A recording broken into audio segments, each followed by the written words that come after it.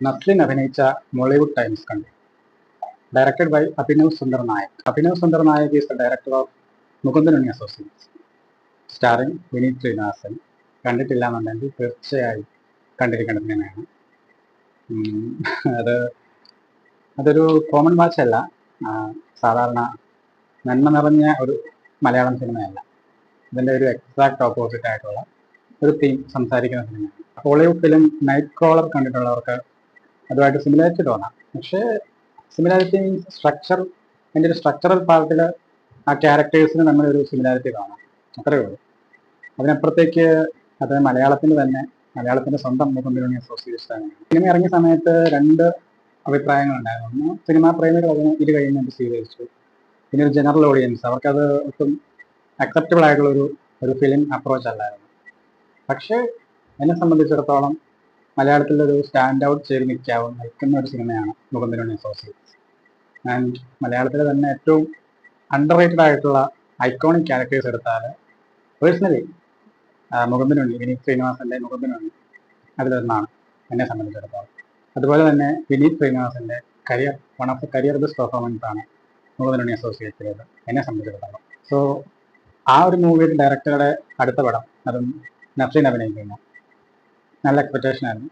ആ എക്സ്പെക്ടേഷൻ എല്ലാ രീതിയിലും മീറ്റ് ചെയ്തൊരു സിനിമയാണ് മോളിവുഡ് ടൈം. തണ്ണീർമത്തൻ ദിനങ്ങൾ തൊട്ട് നമ്മൾ കണ്ട് ശീലിച്ചിരുന്ന നസ്ലിനുണ്ട്. പിന്നീട് ഒരുപാട് സിനിമകളിലൂടെ നമ്മുടെ ഇടയിലൊക്കെ ജനപ്രിയനായി മാറിയ, അല്ലെങ്കിൽ എന്താ പറയുക, ഒരു മടുപ്പില്ലാത്ത അഭിനയ ശൈലി നമ്മുടെ ഉള്ളിൽ ശീലിപ്പിച്ച ഒരാളാണ് നസ്ലിൻ. പക്ഷെ അതേ കോംപ്ലിമെന്റ് തന്നെ പലപ്പോഴും നസ്ലിന് ഒരു വിമർശനമായിട്ടും നമ്മൾ കണ്ടിട്ടുണ്ട്. കാരണം ഒരു രീതി മാത്രം ഫോളോ ചെയ്യുന്ന. ഇപ്പൊ നമ്മൾ നിവിൻ പോളിയുടെ കാര്യം പറഞ്ഞാൽ പ്രേക്ഷകൻ ഇഷ്ടപ്പെടുന്ന ഒരു നിവിൻ പോളി ഉണ്ട്.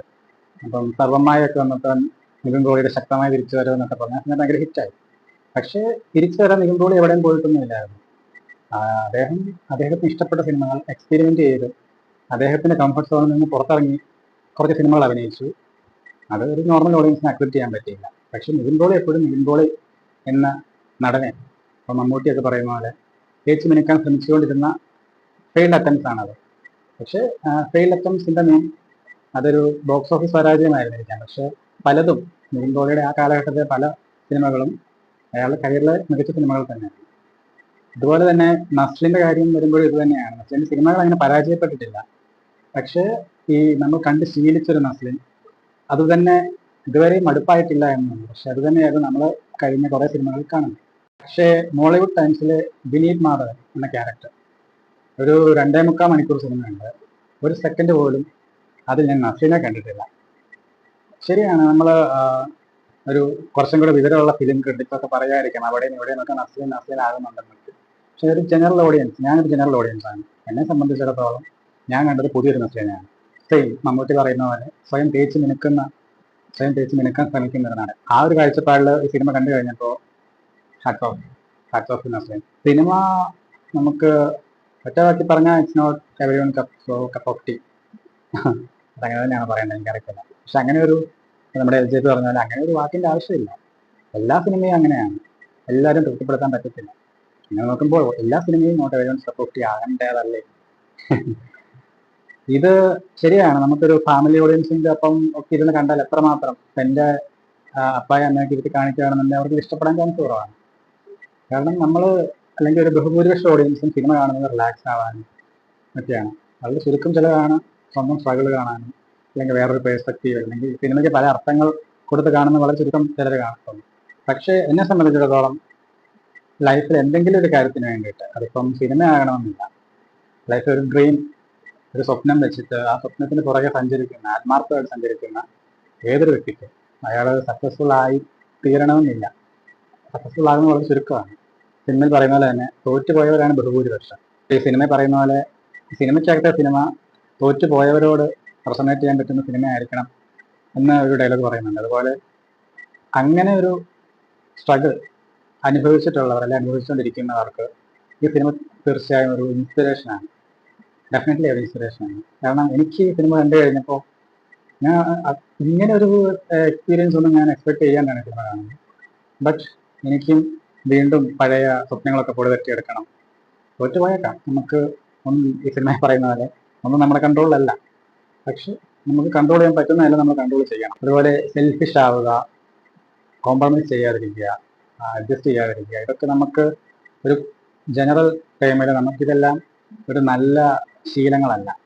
പ്രത്യേകിച്ച് സിനിമ, ഇതിൽ സിനിമാക്കാരുടെ കാര്യമാണ് പറയുന്നത്. അപ്പം നമുക്കറിയാം, ഇന്റർവ്യൂസ് ഒക്കെ ആണെങ്കിലും അല്ലെങ്കിൽ ഒരു ജനറൽ ഡെഫിനേഷനിൽ നമ്മൾ ആക്ടറെ കാണുന്ന അയാൾ നിഷ്കളങ്കനായിരിക്കണം. സോറി, നിഷ്കളങ്കനല്ല, അയാൾ എളിമയുള്ളവനായിരിക്കണം, അഭിനയമുള്ളവനായിരിക്കണം, അങ്ങനെയൊക്കെയാണ്. പക്ഷേ അതിന്റെ ആവശ്യം എന്തായിരിക്കും? അയാളെ ഇരുന്നാൽ പോലെ. അതുതന്നെയാണ് ഇതിൽ വിനീത് മാധവൻ എന്ന അക്ഷയന്റെ ക്യാരക്ടർ ചോദിക്കുന്നത്. എനിക്ക് എന്തുകൊണ്ട് സെൽഫിഷ് ആയിക്കൂടാ? കാരണം വേറെ ആരുടെയും സ്വപ്നങ്ങൾ തട്ടിയെടുക്കാനല്ല, അയാളുടെ സ്വന്തം സ്വപ്നങ്ങൾക്ക് വേണ്ടിയാണ് പരിശ്രമിക്കുന്നത്. പിന്നെ ഇതൊരു എക്സ്പോസും കൂടെയാണ് ശരിക്കും. പല എന്താ പറയുക, നമ്മുടെ ബിഗ് ബജറ്റ് സിനിമകളുടെ ഒരു കള്ളക്കളി ഒക്കെ നമുക്ക് നൈസായിട്ട് ട്രോള് വിടുന്നുണ്ട്. 500 കോടിയുടെ 600 കോടിയുടെ നമുക്ക് സ്ഥിരം കേൾക്കുന്നതാണ്. ഇപ്പോൾ ഒരു പാൻ ഇന്ത്യൻ ആക്ടറുടെ സിനിമ വന്നു, 1000 കോടിയുടെ സിനിമ അല്ലെങ്കിൽ 800 കോടിയുടെ സിനിമ കളക്ട് ചെയ്യുന്നില്ല, 400 കോടി 100 കോടിയൊക്കെ കളക്ട് ചെയ്യുന്നുള്ളൂ. നമ്മളോർക്കും ഇവർക്ക് ഇതുകൊണ്ട് എന്ത് നേട്ടമാണ് ഉണ്ടാകുന്നത്. പക്ഷേ അതിൻ്റെ ഉള്ളിലെ ഉൾക്കളികൾ എന്തൊക്കെ ആവാം എന്നുള്ള ഒരു പോസിബിലിറ്റിയെ സിനിമ ട്രോളുന്നുണ്ട്. പിന്നെ ഇതിൻ്റെ എല്ലാം അപ്പുറം സിനിമ പറയുന്നൊരു കാര്യം എന്ന് വെച്ചാൽ, ഇപ്പോൾ നഫ്സിന്റെ ക്ലൈമാക്സ് സ്പീച്ച് പോലെ തലയിലേത് എന്തൊക്കെയാണെങ്കിലും പരിശ്രമിക്കുക, എത്ര തോറ്റുപോയാലും വീണ്ടും പരിശ്രമിക്കുക. ആ ഒരു മെസ്സേജാണ് സിനിമ പറയാൻ ശ്രമിക്കുന്നത് എന്നാണ് എനിക്ക് തോന്നുന്നത്. അത് മാത്രമല്ല, ഒരുപാട് കാര്യങ്ങൾ പറയുന്നുണ്ട്. സിനിമ ഇൻഡസ്ട്രി, അതിപ്പോൾ മലയാളം ഫിലിം ഇൻഡസ്ട്രി എന്നല്ല, ജനറലി പറയുന്നതാണ്. നമ്മുടെ ഇന്ത്യൻ സിനിമയിൽ തന്നെ ഒരുപാട് ഇൻഡസ്ട്രീസ് ഉണ്ട്. അപ്പോൾ അതിനുള്ളിൽ നടക്കുന്ന കാര്യങ്ങൾ, കഴിവുള്ളവൻ മാത്രമാണ് വിജയിക്കുന്നത്, അതോ കഴിവുള്ളവൻ ശരിക്കും വിജയിക്കുന്നുണ്ടോ, അങ്ങനത്തെ കുറേ കാര്യങ്ങൾ, കുറേ കോൺട്രവേഴ്സ്യൽ ആയിട്ടുള്ള കാര്യങ്ങൾ പറയുന്ന ഒരു സിനിമയാണ് മോളിവുഡ് ടൈംസ്. വർത്ത് വാച്ചാണ്. എല്ലാവരുടെയും കാര്യം എനിക്കറിയില്ല, ബട്ട് ഓണസ്റ്റ്ലി പറയുകയാണെങ്കിൽ ഇത് ഇൻസ്പയർഡ് മീ. എന്തൊക്കെയോ ചെയ്യണമെന്നൊക്കെ തോന്നുന്നു. എത്ര നേരം കാണുമെന്ന് അറിയത്തില്ല, പക്ഷെ അങ്ങനെ ഒരു സിനിമയ്ക്ക് അപൂർവമായിട്ട് സാധിക്കാറുള്ളൂ. എൻ്റെ കാര്യത്തിൽ നിന്നല്ല, നമ്മൾ കാണുന്ന പ്രേക്ഷകനെ ഇൻസ്പയർ ചെയ്യിക്കാൻ പറ്റിയിട്ടുള്ള എത്ര സിനിമകളുണ്ട്. പരാജയപ്പെട്ടു പോകുന്നവന്റെ കഥ പറഞ്ഞുകൊണ്ട് കാണുന്നവനെ ഇൻസ്പയർ ചെയ്യിക്കുക എന്ന് പറയുന്നത് അതൊരു കഴിവാണ്. ഇപ്പോൾ ടൊവിനോയുടെ ഒരു പടമുണ്ട്, അന്വേഷിപ്പിൻ കണ്ടെത്തും. അതും ഇതേപോലെ തോറ്റുപോയവരുടെ സിനിമയാണ്.